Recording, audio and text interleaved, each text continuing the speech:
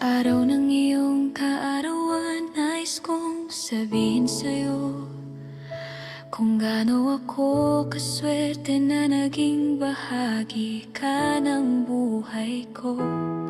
Ikaw ang taong naging daan kung nasaan ako ngayon. Isa sa mga taong unti-unting humubog sa aking pagkatao. Sa bawat payo at tulong na buong puso mong ibinigay, tinuruan mo akong maniwala sa sarili ko at sa aking kakayahan.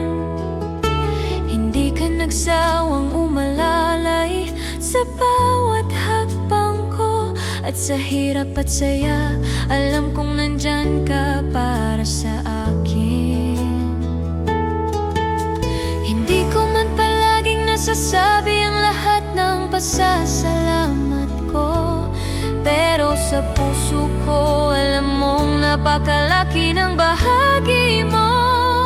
Happy birthday sa'yo, boss, sa taong mahalaga sa buhay ko. Salamat sa pagmamahal at kabutihang ibinigay mo. Bilang boss, naging gabay at sandigan kita, at sa bawat tagumpay ko, bahagi ka ng aking kwento.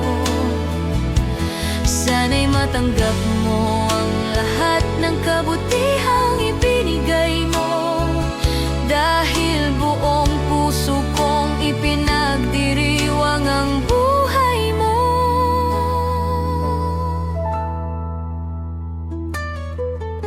Sa bawat payo mo, may aral na aking dala.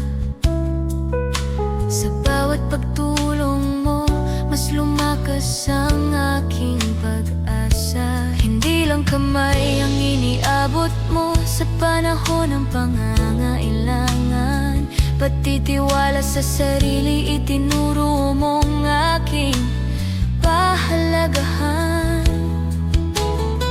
Isa ka sa mga taong labis kong hinahangaan, dahil sa puso mong mapagmahal at sa kabutihang iyong taglay. Happy birthday sa'yo, boss, sa taong mahalaga sa buhay ko. Salamat sa pagmamahal at kabutihang ibinigay mo. Bilang boss, ang pagmamahal mo'y hindi ko makakalimutan.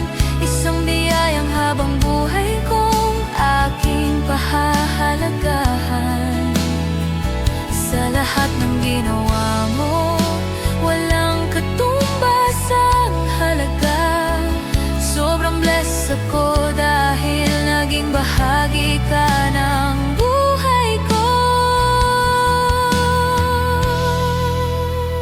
Sana sa araw na ito, maramdaman mo kung gaano ka kahalaga, kung gaano karaming buhay ang napaganda ng iyong presensya.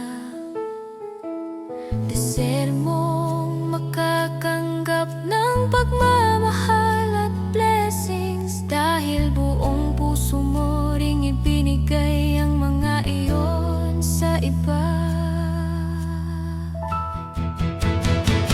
Happy birthday, boss! Salamat sa pagiging ikaw. Sa bawat tulong, pag-unawa at pagmamahal na iyong pinamalas. Kung sino man ako ngayon, may bahagi ka sa pagkatao ko, dahil pinaniwala mo akong kaya kong abutin ang mga pangarap ko. Mahal na mahal kita, at habang buhay kong pahalagahan lahat ng ginawa at ginagawa mo para sa akin.